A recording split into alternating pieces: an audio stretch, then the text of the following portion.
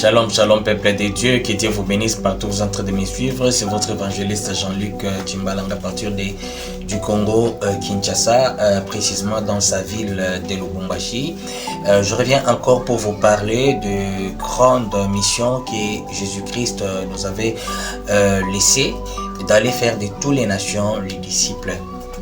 Chers frères et sœurs en Christ, l'œuvre évangélique, c'est une œuvre qui demande trop d'attachement ou d'intimité envers notre Dieu. Tu ne peux pas aller faire l'œuvre de Dieu si tu n'es pas soumis par l'Esprit de Dieu. C'est-à-dire du fait de s'attacher à Dieu, Dieu nous donne comme en récompense son esprit, et lorsque son esprit agit en nous, tout ce que nous aurons à dire, ce ne sera pas nous qui les dirait par notre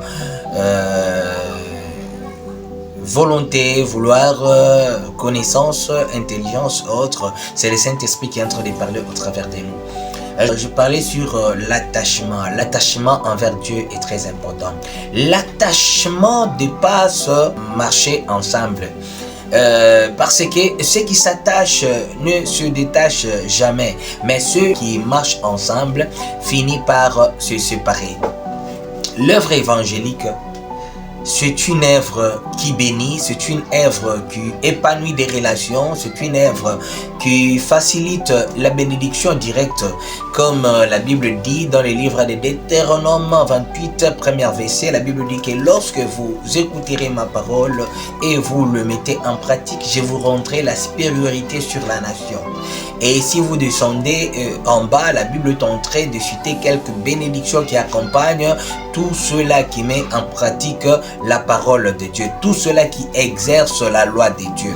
Chers frères et sœurs en Christ, la première des choses, c'est qui assure l'attachement envers Dieu, c'est la vie des prières. Lorsque vous avez la vie des prières en vous, lorsque vous priez, lorsque vous cherchez la présence de Dieu à tout moment, sachez que vous devenez les porteurs de la divinité de Dieu. Et lorsque vous devenez le porteur de la divinité de Dieu, tout geste que vous aurez faire, toute parole que vous prononcerez de vos propres bouches, tout geste que vous aurez faire reflétera la divinité de Dieu qui est en vous. Je vais dire, lorsque je parle de la divinité, les porteurs de la divinité de Dieu, c'est celui qui véhicule les aspects de Dieu, les aspects divins. C'est celui qui véhicule qui dégage l'atmosphère de tout un Dieu. La mission évangélique, c'est une mission que Jésus-Christ nous avait laissée, sans distinction des âges, sans distinction des langues, de races et autres. Nous sommes tous appelés pour aller gagner. Et lorsque nous allons gagner les âmes et les amener au pied du Christ, nous attendons une récompense. Donc il y a une récompense que chacun de nous aura au travers l'œuvre, l'exercice du ministère que Dieu a mis en lui. C'est pourquoi mon frère et ma soeur, tu peux avoir la grâce de chanter, tu peux avoir la grâce de servir Dieu avec puissance, mais fais-toi effacer. Efface-toi et laisse Dieu lui-même se faire voir. Que les gens voient Dieu dans ce que tu es en train de faire. Or, Paul est parlé à travers le comportement, l'attitude qu'un homme de Dieu ou serviteur de Dieu doit présenter. Bien-aimé, il ne faut pas que tu sois un homme réprochable. Que tu sois un homme irréprochable. C'est-à-dire ton comportement, ton caractère puisse influencer d'autres personnes en les poussant à dire que celle-ci, c'est un homme de Dieu. Celle-ci, c'est un serviteur de Dieu. L'œuvre évangélique est très importante. Bien-aimé, fais de ta grâce un élément d'évangélisation. Lorsque tu te mets à chanter, que les gens voient Jésus, que les gens viennent à Jésus.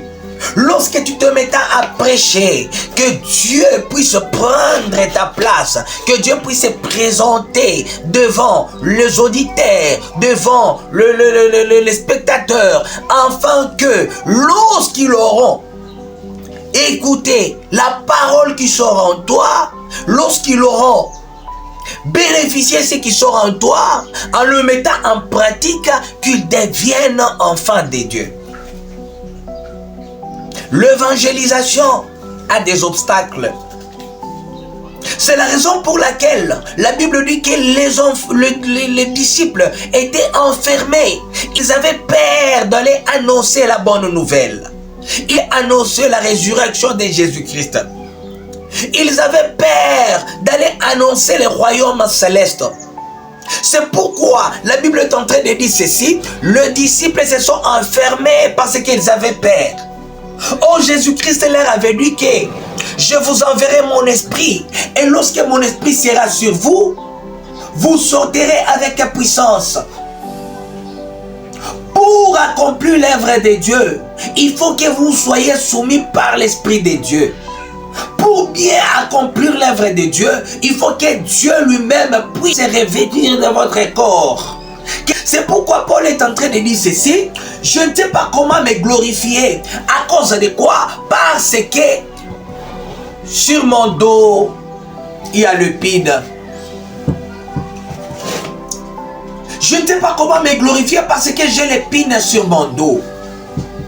C'est ce qui empêchait à Paul de se glorifier. Bien-aimé, toi aussi, tu as des choses qui t'affaiblissent. Des choses qui t'empêchent de ne pas se glorifier. Laisse la place à Dieu. Laisse la place à Dieu. Que ton ministère soit mené par Dieu lui-même. C'est la raison pour laquelle la Bible est en train de dire ceci. Dans le livre de 1 Corinthiens 3, verset 9. La Bible dit: car nous sommes ouvriers avec Dieu. Vous êtes les champs de Dieu, l'édifice de Dieu. Vous êtes ouvriers avec Dieu, c'est-à-dire vous travaillez ensemble avec Dieu, vous œuvrez ensemble avec Dieu, vous êtes l'édifice de Dieu, c'est-à-dire vous êtes la cabinet où Dieu lui-même entre, où Dieu lui-même effectue son travail, vous êtes un bureau où Dieu lui-même occupe pour servir d'autres personnes, c'est-à-dire vous êtes un bureau, l'édifice de Dieu. Et la Bible ajouta ceci: vous êtes un champ de Dieu, un champ de Dieu. Oh, pour que le champ puisse avoir de la valeur, il faut qu'il y ait un bon cultivateur. Et comme Dieu est un bon cultivateur, il est là pour embellir son champ. Il est là pour cultiver son champ. Il est là pour semer dans son champ. C'est la raison pour laquelle, mon frère et ma sœur, lorsque tu te mets pour servir Dieu, efface-toi et laisse la place à Dieu. Et lorsque tu laisseras la place à Dieu, c'est alors que Dieu te rendra la supériorité sur la nation. C'est la raison pour laquelle je suis en train de te dire, mon frère et ma sœur, sois humble, exerce l'œuvre de Dieu, fais-le avec la prudence, fais-le avec l'humilité. C'est alors que Dieu t'élèvera. C'est alors que Dieu fera de toi une femme forte, un homme fort, et le monde parleront de toi.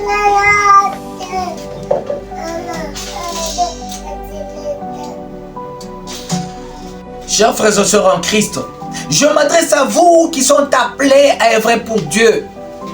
Faites-les avec plein d'humilité.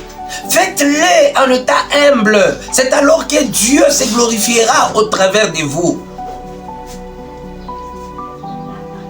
Tu pries pour quelqu'un qui est malade.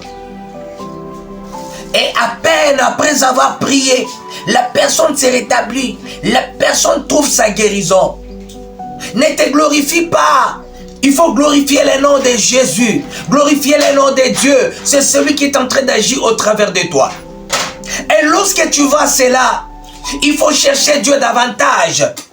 Il faut chercher Dieu davantage. Il faut assurer l'attachement totale avec Dieu, pour que Dieu puisse continuer à réaliser de grandes choses au travers de vous. Plusieurs personnes, lorsque Dieu l'utilise puissamment, il prie pour les malades, le miracle se fait tu, il commence à se glorifier. Et lorsque tu te mets en train de te glorifier, sache que Dieu se retire. Sache que Dieu se retire parce que la gloire commence à venir sur toi. Au lieu que la gloire revient à lui, mais la gloire revient sur toi. Dieu se retire. C'est la raison pour laquelle aujourd'hui, vous remarquerez plusieurs personnes avec commencé avec Dieu, mais ils ont chuté comme cet homme de Saül. Saül avait commencé avec Dieu, mais il avait chuté. Dieu l'a relâché. Dieu a choisi David. Plusieurs personnes aujourd'hui avaient commencé avec l'esprit, avaient commencé dans l'esprit, mais aujourd'hui, ils ne sont pas avec Dieu. Or, la gloire doit revenir à celui qui donne les dons. La grâce, la gloire doit revenir à celui qui donne le ministère. Œuvrez pour Dieu. Attachez-vous à Dieu. Détachez-vous aux choses du monde. Détachez-vous aux choses du monde.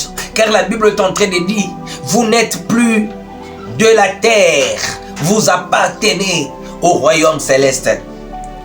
Et la Bible dit, vous êtes des passagers sur cette terre. Mon frère et ma soeur, laissez les traces pendant que tu es en train de passer sur terre. Laissez des traces pendant que tu es en train de passer sur terre. Et j'aimerais que le trace que tu vas laisser, qu'il soit le trace positive. Qu'il soit des tâches positives. Qu'il ne soit pas des tâches négatives par lesquelles les gens doivent commencer à parloter un mal contre toi